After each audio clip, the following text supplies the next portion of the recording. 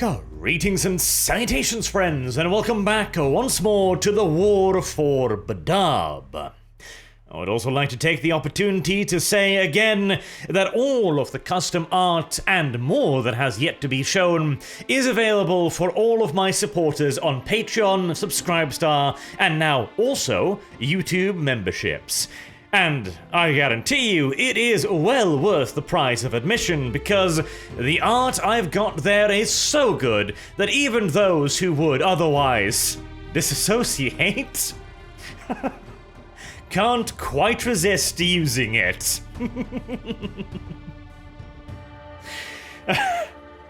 I shall take a degree of solace and enjoyment in the fact that, at the very least, the art I commission is good enough for general consumption. Now, after that little bit of shade, let's get on with the video. Last episode saw the Warders at their absolute lowest. The death of Rovik Blake at the hands of an Orc warlord, and the subsequent losses suffered by the Astral Claws as they withdrew from the Orc Rock, saw the Warders pushed to the very brink of defeat. The uncomfortable truth was that the Warders' shield had been cracking for quite some time. Their fleet stretched far beyond capacity, and the cracks showing more and more every day. But there was one spot of bright light in the darkness. The valiant actions of the Astral Claws' 3rd Company Captain, Lufthuron, had masterfully organized a retreat from the Orc-held system and saved the Astral Claws from crippling losses. And in view of the 3rd Company Captain's gallant achievements during the battle against the Orcs, it was a small wonder indeed that in the following Astral Claws conclave, where Rovik Blake's successor was to be named, the mantle of Chapter Master fell upon the 3rd Company Captain. Lufthuron was now the single most powerful individual in the Autonomous Zone, and he wasted no time putting that authority to work. His new measures were controversial at the best, and illegal at the worst, but none could argue with the results. Within months, dozens of refitted, rearmed, and armored patrol vessels were joining the front line, and liberating Space Marine battle barges and strike cruisers from their seemingly endless patrol duties, thusly finally allowing them to do what they had been designed to do. The God Emperor's angels of death do not perpetuate war, they end it. And with raider and pirate casualties increasing drastically, the front line that had been creaking, cracking, and on the verge of breaking stiffened and stabilized, until it was clear to all that Lufthuron had not just turned a no-win scenario into a stalemate, but had in fact secured a comprehensive victory. Raiding activity fell to an all-time low as the pirates and the malcontents realized that they needed to rework their strategy, and the man of the hour, Lufthuron, had not merely secured but thoroughly cemented his position as the leader of the Warders of the Maelstrom. And perhaps our story could have ended right here, with Huron the hero and the Warders the eternal shield against the Maelstrom. But fate would conspire with ambition to make sure it was not so. And in the deepest, darkest recesses of Badab Primaris's many hive cities, trouble was brewing once more. Even as Lufthuron and his claws were winning victory after victory out on the stellar battlefields of the Void in the Autonomous Zone, the people of that very self-same zone had yet to see any of the benefits of Huron's advancements. As far as they were concerned, the sector was still in peril and a great deal of risk, and no clear victor had as yet emerged. and it is an eternal curse upon the soul of humanity that ambition and self-interest tends to get the better of any man in the long run. Consequently, 3 years after having taken up the mantle of Chapter Master, Lufthuron received a report from the Astral Claw's garrison in the Badab system. It spoke of widespread unrest, of riots and general upheaval on Badab Primaris, with PDF regiments engaged in open warfare against other regiments, and apparently noble houses announcing their intent to secede from the Imperium. Now, civil unrest within the Autonomous Zone was hardly a rarity. Hell, civil unrest within the Imperium as a whole is hardly a rarity. The God Emperor's massive domain relies upon an unfathomably intricate and carefully balanced out system of logistics. Thousands of worlds, tens of thousands of trade lanes, hundreds of thousands of administrative personnel desperately trying each and every day to meet the impossible math of the Imperium's needs. And any mistake, any mishap, any accident, any enemy action can have huge rippling effects. A grain barge fails to arrive on time, sending a Forge World's massive population into starvation-fueled rioting. The planet descends into a state of civil war, with the Adeptus Mechanicus troops desperately trying to reassert order and the rule of the machine god. This necessitates the usage of ammunitions, weaponry, and vehicles that were supposed to head out to Imperial Guard regiments.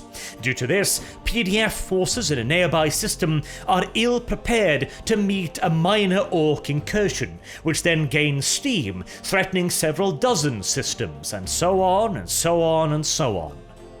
And in many ways, the Autonomous Zone was de facto a microcosm of this much larger Imperium. In this case, Badab had suffered during the long, losing war.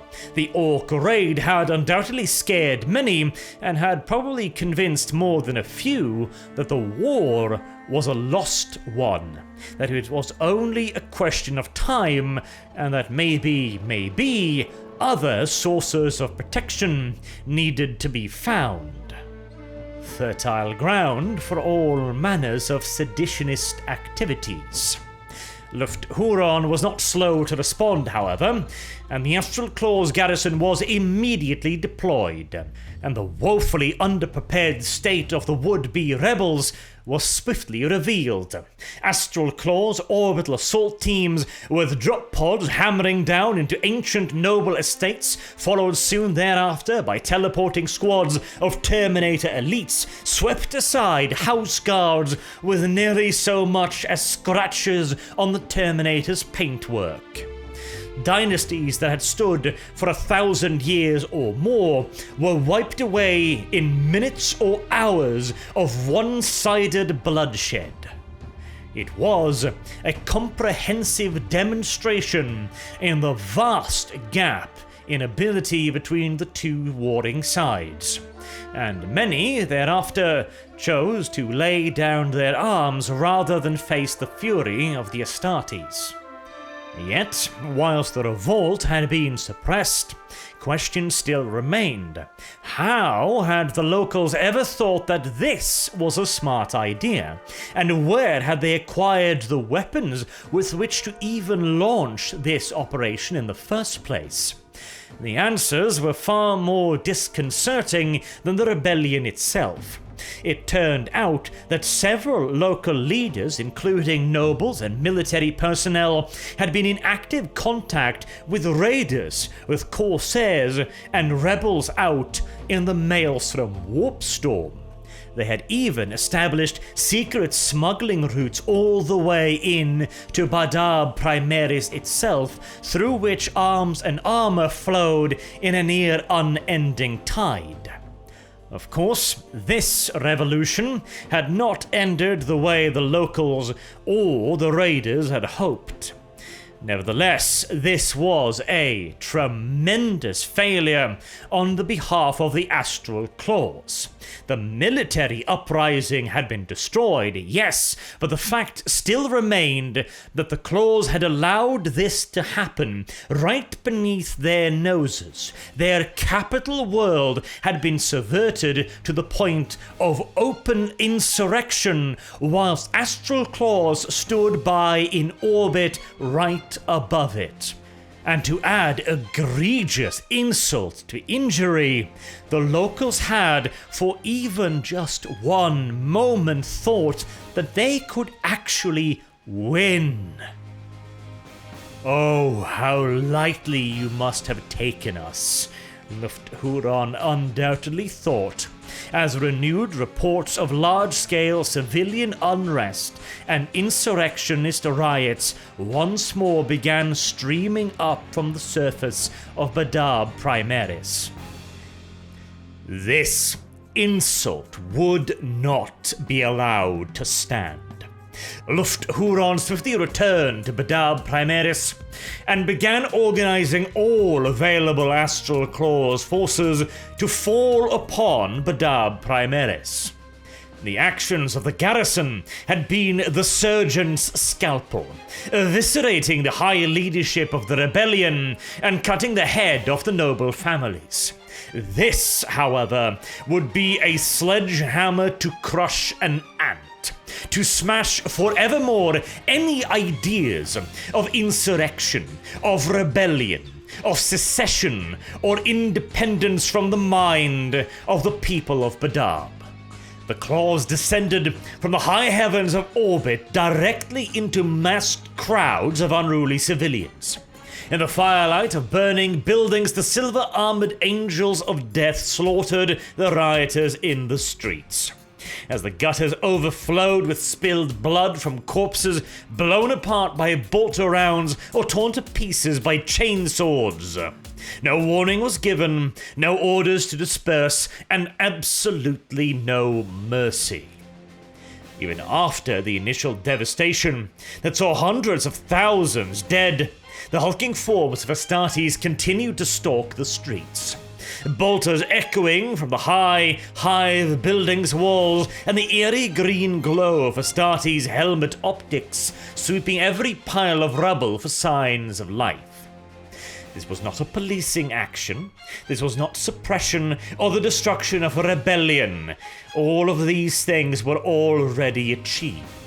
This was an absolute reminder of the overwhelming force of the Astral Claws and the suicidal folly of opposing them. When finally, across every town, city, and hamlet, vox speakers announced that harsh martial law was in place, the people rejoiced, because it meant the armored demigods had finally tired of killing. The exact death toll of this conflict, a mockery of the word, really, is unknown.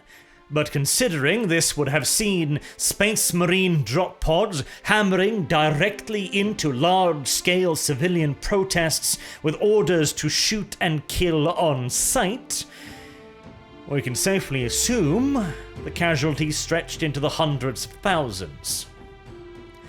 A harsh policing action, no doubt about it, but in the 41st millennium, hardly a unique one. And were it not for Lufthuron's next course of action, it would probably never even have been mentioned and gone completely unrecorded in the annals of Imperial history. But Lufthuron had taken this insurrection quite personally. It was a failure of not only himself, but of his chapter. And the Astral Claws do not deal well with failure. In Huron's mind, this was a symptom of a much greater malady. The Astral Claws had only failed due to the weakness of those beneath them. The planetary governor, the functionaries, the local police forces, and PDF regiments should never have allowed this to happen, and yet they had. and he could not truly blame them. They were but humans. They were, by the very fact of their existence, fallible creatures. This, however, did not mean that their transgressions could be forgiven. As functionary after functionary, noble after noble, and the planetary governor himself were dragged before Lufthuron's scant mercy and swiftly thereafter executed, it became clear to him that this had been their failing, but if it was ever allowed to be repeated, it would be his failing. Humanity was fragile, he thought, and must be protected from its own flaws and weaknesses. Thusly, he set about the establishment of a new order, a fresh regime that would not fail like the old one. The populace were given a very simple instruction and a warning. Obey and join the new order, or be executed like the fallen nobles of Badab. And, of course, standing at the pinnacle of this new regime would be the Tyrant of Badab, Lufthuron. Soon thereafter, the fleets and companies of the Astral Claws moved out once more, but this time their war path did not lead them towards the Maelstrom Warpstorm or any piratical stronghold. Instead, they left with instructions from the newly self-proclaimed Tyrant to place all of the Badab sector under the Astral Claws' command. It would become their new fiefdom, their Ultramar. And the new emblem would be the claw grasping the star of Badab Primaris. On many planets, the traditional ruling elites were initially opposed to this expansion of the Astral Claws' domain, but they were swiftly convinced of the error of their ways at the business end of a bolt pistol, whilst those who saw which way the winds were so clearly blowing swiftly turned their cloaks and pointed accusatory fingers at friends and family that lacked the same alacrity. Soon, there were no one dumb enough to speak out against the Tyrant's men. And, it is also worth noticing, much of the general populace were not at all against this seizure of power on behalf of the Astral Claws. Most of them viewed the Space Marines as their heroic protectors, their shields against the darkness, and if their golden heroes wished to take personal responsibility for their safety, instead of the oft-failing planetary governors, the corrupt bureaucrats, and power-abusing nobles, well, that seemed like a God-Emperor-sent gift to most of them. And it did indeed seem as if that was the Astral Claws' intention as well. They established watch bastions all across the Badab sector, reinforced chapter strongholds that housed maybe a couple squads or as much as a company of the Astral Claws. In pure numbers, that may not sound like all that imposing a force, but for an incoming pirate raid, news that even just 10 Space Marines might be getting in the way of their smash and grab could be more than enough for them to decide that there were softer targets somewhere else. But of course, the sharpened claws of the Tyrant were still few in numbers, only a single chapter. That was not going to be enough to garrison and protect all of the worlds in the Badab sector. Therefore, Lufthuron took the next logical step. So far, all of the planets within the Autonomous Zone had been protected by local PDF forces, planetary defense, or occasionally a handful of regiments from the Imperial Guard, raised mostly locally within the Autonomous Zone itself. All of these were local forces. They had little to no unified command structure beyond the immediate planetary scenario. This complicated the task of sending reinforcements from one planet to another. Who was in command? Who needed to receive the petition? Who could organize the men? Who could organize the transports, etc., etc., etc.? To solve this problem, Lufthuron, in his capacity as Tyrant of Badab and Protector of the Autonomous Zone, declared the establishment of the Tyrant's Legion, a brand new Imperial army with a unified command structure, recruitment programs, training, and standardized equipment, easily the match of regular Imperial Guard regiments. This was to be a highly elite fighting force, trained by the Astral Claws themselves to Huron's exacting standards.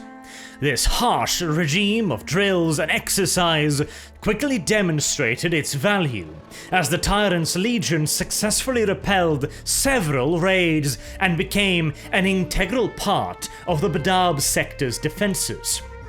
So proud, in fact, was the Tyrant of his legion that he allowed them to wear upon their armor and their uniforms his new sigil, a claw grasping a star, to signify the Astral Claw's new fiefdom of Badab.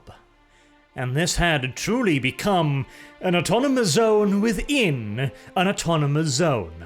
Lufthuron ruled his new realm without any regard for the Adeptus Administratum, and the Tyrant's Legion of course flew straight in the face of every rule and regulation of the Munitorum. First and foremost, of course, they were not Imperial Guard regiments. They were not under the command of the Imperium at all. They were the private, personal army of Lufthuron. They also did not abide by any of the usual organizational restrictions placed upon Imperial Guard regiments, instead making full use of combined arms forces, heavy artillery, tanks, mechanized infantry, and engineers all operating within the same regimental formations.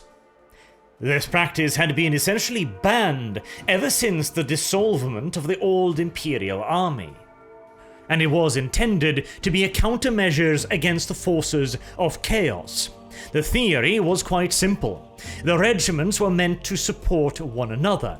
An infantry regiment would be supported by a mechanized regiment, who would be supported by a tank regiment, who would be supported by an artillery regiment, and so together they would form a combined arms force.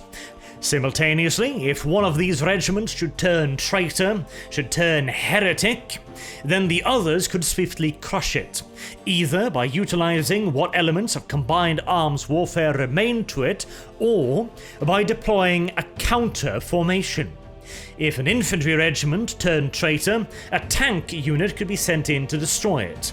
If a tank regiment turned traitor, an artillery regiment could be sent in to destroy it, and so on and so on. The practice can perhaps be best described as a system of strategic weakness to prevent a far greater threat. But Huron and his legion of course ignored all of these restrictions. This would immediately have brought him to the attention of the Lords of Distant Terror, but once more, this was an autonomous zone. As long as the resources kept flowing, the all-too-distant Administratum could not care less about what was going on there. And the riches, they were absolutely flowing. Yet further augmented with the Tyrant's Guard, the defenses of the Maelstrom Zone had never been stronger, with yet further Astral Claws reserves freed up for offensive operations. Raiding incursions and insurrections across the Autonomous Zone fell drastically to a historic low.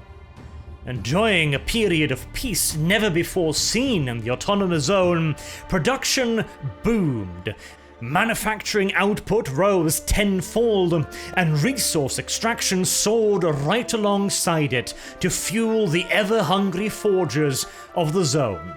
These riches then began flowing out into the Imperium in hitherto undreamt of quantities.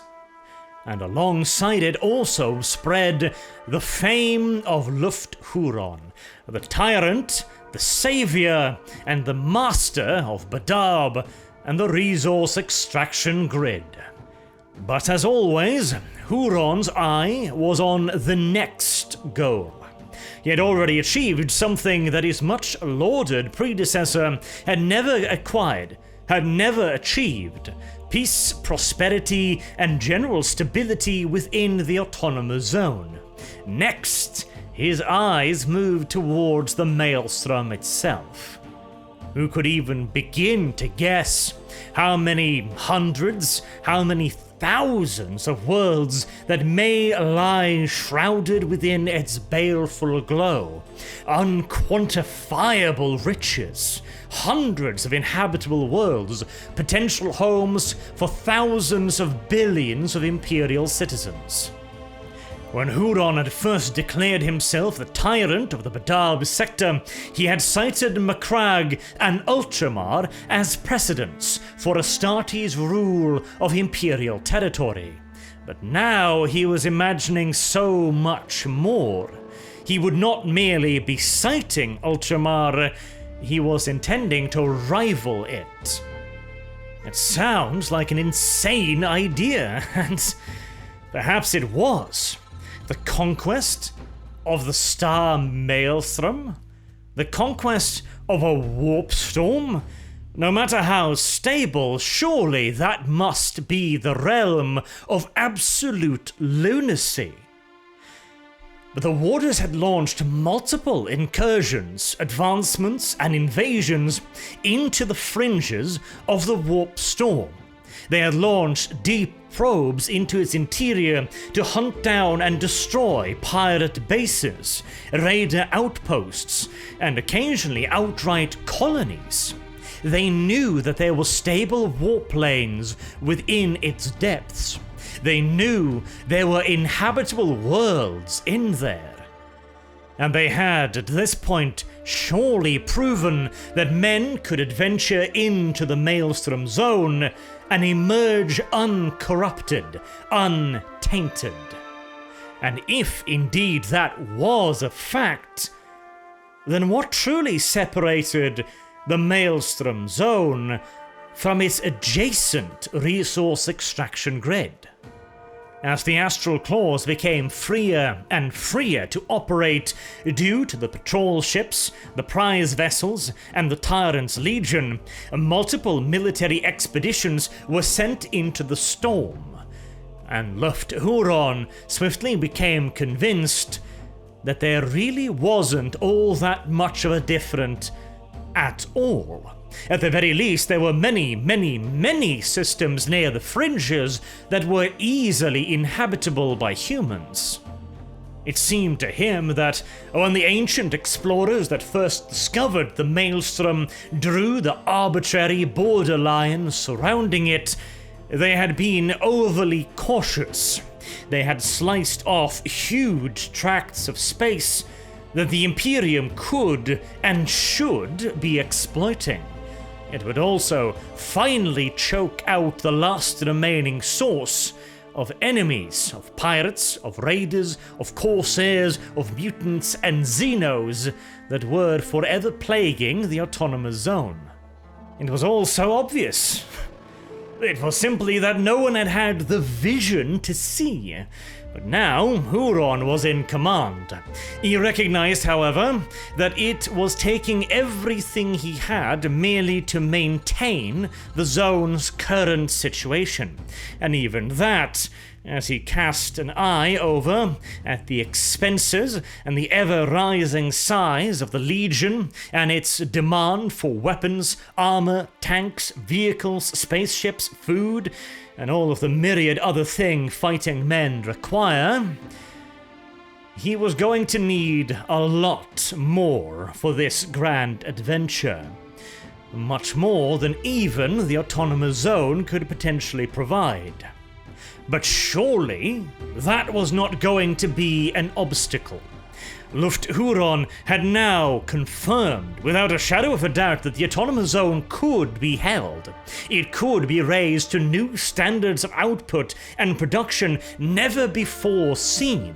Surely that should be ample justification for the expansion of the zone, and the acquisition of the resources required to make it a reality.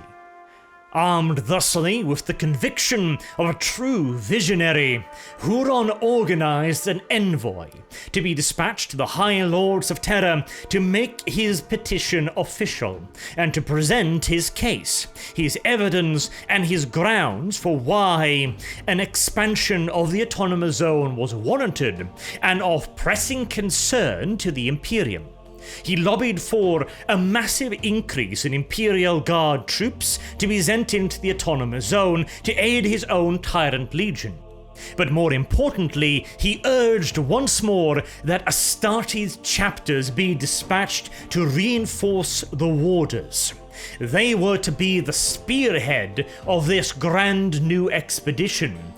Moreover, perhaps somewhat blinded by his own appetites, Huron even suggested a fresh founding be carried out specifically to seize and protect not merely the adjacent zones, but the entirety of the Maelstrom. With this lofty vision in tow, the delegation finally set out from the autonomous zone, heading towards the cradle of humanity, ancient Terra. The journey would take several years, and even after arriving on Terra and in the Imperial Palace, much reduced after several wars had swept through its magnificent halls, and yet still it was the single largest man-made edifice to have ever been created in the known galaxy. It would take yet further years before the envoys could finally make their case to the High Lords. And even that was an expedited process. There are those who spend decades upon decades slowly making their winding way up the petitioner's stairs before finally being able to put their case in front of the rulers of the galaxy. As for Badab's emissaries, they were finally ushered in to the high chambers of the Senatorum Imperialis and High Lords of Terra. Brimming with self-confidence, born of a case many years in the making, the emissaries were justifiably optimistic. After the usual round of pleasantries, introductions, and reading of credentials, the presentation could begin. The emissaries began to lay out their master's conception, his great idea, his dream of a unified Maelstrom. The emissaries laid out their findings, the Astral Claw's progress in pacifying the autonomous zone, and the forces that would be required to bring a final compliance. They also explained the tremendous benefits to the Imperium. But before they could get to Huron's extensive and meticulously laid out plans for the invasion of the Maelstrom Warpstorm Zone, they were cut off. We do not know by whom, or at which party's instructions the interruption was made. All we know was that the delegation was simply informed that the Imperium's needs were better met elsewhere, and thusly the emissaries were swiftly and unarguably dismissed. It had taken years of traveling, years of waiting, years of preparations to get to this point, and the entire thing was thrown out the window in an hour. And the only thing left to do for the emissaries was to communicate their failure to their master and begin the long journey back to the autonomous zone. Huron was undoubtedly furious by this casual dismissal of his ambitions. But he did not give up on diplomacy just yet. Surely something must have been lost in translation, some misunderstanding. Perhaps the case had not been put forth with the necessary energy, with the correct level of pathos, or perhaps some element had not been explained sufficiently. Surely, once everything was laid out clearly, the High Lords would have no choice but to accept and encourage the military expansion of the Autonomous Zone's borders. Further emissaries were swiftly dispatched, alongside Astral Claw's specialists, civilians, clerks, administrators, planetary governors, nobles, all to provide testimony of the excellence of the Astral Claw's defense of the Autonomous Zones. New plans were laid, estimates were reworked, goals were lessened, requirements decreased. Everything was made to be as palatable as possible for the High Lords. And yet, again and again and again, they all met with repeated failure. No explanation was given, no in-depth reasoning, merely repeated statements that the Imperium's needs were better met elsewhere. Just like his predecessor, Rovik Blake, and his endless efforts to have a fourth chapter assigned once more to the Warders of the Maelstrom, Lufthuron ran face first into an administratum stone wall, one that would not budge and would not bend no matter what Lufthuron tried. We may only speculate as to the reason behind this absolute obstinance on behalf of the High Lords. Huron's plans have long since been lost to history. Perhaps his vision was fundamentally flawed from the get-go. Perhaps his ideals were simply impossible. And to be fair, the invasion of a warp storm, be it even only the outer edges, was undoubtedly a momentous undertaking, one that had rarely, if ever, been undertaken in the history of the Imperium, and never on such a scale. Perhaps it was simply an impossibility, and the Lords of Terror recognized it as such. Or perhaps there were other reasons. It had been over 60 years since the Ordo Malus investigatory team was escorted unceremoniously from the Lamenter's battle barge. But the Inquisition has a long memory, and with the recent actions of the Tyrant of Badab and his legion, it would not surprise me in the slightest to learn that the Tyrant's political enemies had grown considerably in number and hostile disposition. But the new chapter master of the Astral Claws was not one to be easily dismissed. Having exhausted, as he saw it, his political and diplomatic options, he decided instead to take other measures. And so, in 748 Millennia 41, tribute shipments from the Autonomous Zone flowing out into the nearby Carthago sector and through it into the wider Imperium suddenly ceased. As envoys were dispatched, this time in the other direction, to find out the reason for this sudden and absolute cessation of tribute, the Tyrant of Badab informed them thusly: the needs of the Autonomous Zone are better met elsewhere. The resources that had once been flowing were now being diverted into the armies and the fleets of the Autonomous Zone. If the Imperium would not grant him the weapons, the warriors, and the ships with which to prosecute his war, then Lufthuron had other ways to acquire those things.